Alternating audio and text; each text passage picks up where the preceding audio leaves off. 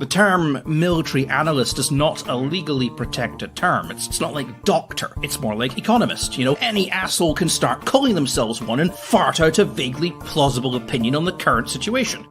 I owe our Canadian client an apology because I did an incomplete analysis. I did not get through the rest of my notes, and I forgot a very, very, very important point. You'll have to forgive me. I'm old. I'm not a pretty young economist like I used to be when I got laid all the time. Oh, by the way, that's a joke. You do not get laid as an economist. You get laid as a ballroom dance instructor. I will tell you that. Matter of fact, if you were wondering, I want to become an economist, how do I get laid? You don't tell them you're an economist. You could develop a different profile. You get a hobby or something else and you play to that strength. It's not necessary to tell women what you do. You just say you work in finance, a little bit of a lie, and like, ooh, but they can smell the difference between an investment banker and an economist. They got very discerning noses, women do. Anyway, when I did my analysis on the effects of Trump's proposed tariffs on Canada, I showed, based on the current trade between U.S. and Canada, Canada-U.S., roughly $400 billion apiece going each way. Tariffs would, assuming a linear association, knock off 25% of our respective trade, and therefore 25% of that 400 billion, 100 billion equally off of our respective GDPs. Very simple math, very simple assumptions, which would be a 4.5% drop in Canadian GDP, pretty serious recession. And it would result in a 0.3% drop in US GDP because though we have the same amount of trade going each way, the United States has more than 10 times. It's 27 trillion. Canada is 2.1. So we're like 12 times your size. No, Canada gave us their tariffs. Okay, we don't get caribou meat at the prices we used to. And so through that simple math, I demonstrated that the effect of Canadian tariffs on the U.S. would be more or less inconsequential. Then I forgot.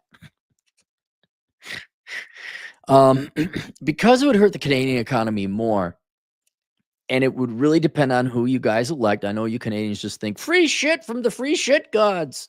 His name's Pierre Trudeau, and his son Justin will give us the free shit, and then we'll finally be better than those Americans. What do you mean there's no housing? Eh? What about it? It's already kind of happened a little bit. If those tariffs did go through and ceteris paribus, nothing else happened, I got to imagine the Canadian dollar would just take a pummeling against the US dollar. And I thought about this in general in terms of the tariffs Trump proposed. I'm like, yeah, but if your currency devalues against the US dollar by 25%, our purchasing power went up and we wouldn't even have the inflation. We wouldn't. Or it would be muted, it'd be ameliorated, it'd be lessened. And I was just like, wait, so if it could be that we could implement tariffs on country X, and country X currency devalues against the dollars by the percent of the tariffs, then it'd be a wash for us. Oh, God. The second term of Trump is a hell of a lot better than the first one.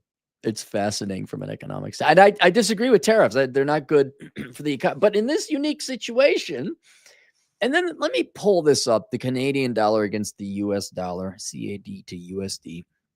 There was one time you guys had parity. Yeah, it was way back in the day. Oh, you had it for a while there. You were up to, what was it, 1.7, 1.07? See the chart. They don't let me do it. It looks like you're up to 1.07 US dollars per Canadian. Your quote dollar was more valuable than ours. That was under this guy called Stephen Harper. Now, I don't know if you remember him. He was the guy before your current nice-haired Nepo baby you got right now, the incompetent fuckwit. And I do mean that. He is an incompetent fuckwit. I don't know how many nations need to vote for free shit and don't realize don't work.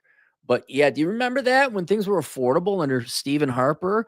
Oh, but he was an evil man. Well, he was an evil Oh, he was also an economist. Oh my God. He's got to be alive, right? He must be laughing his ass off the past. How long have you had Trudeau? God, it seems like 10 years. He must be laughing his fucking ass off at his fellow countrymen. Like, oh, free shit, man. Oh, we hate responsible, hardworking, reliable, honest man. I want free shit, Nepo baby, man. And yeah, you guys had it. You had you were above par with the US dollar.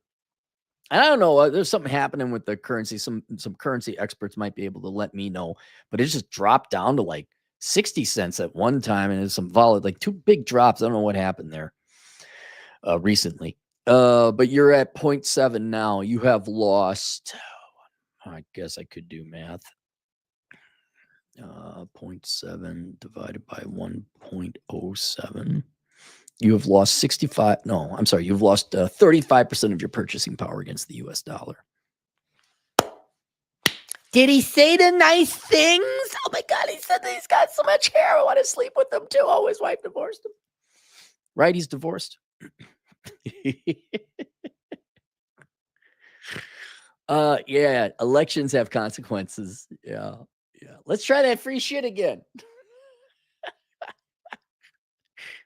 So I did want to add that added analysis to let you Canadians know that actually it probably hurt you even because I forget, and then you'd have to buy our stuff at even now a higher exchange rate. So it'd be worse than 100 billion. Like we would literally you would bear the full, there's a potential scenario, you would bear the full cost of the tariffs because of the exchange rate change, which presumably would go in the US dollar's favor. There could be other things happening. I don't know. You guys could build a pipeline or something. Stop being a bunch of pansies and actually get to work. Stop repressing your productive men of society. I don't know. Now just print off more money. There you go. So no super chats. There it is. All right. We'll see you guys later. Toodles.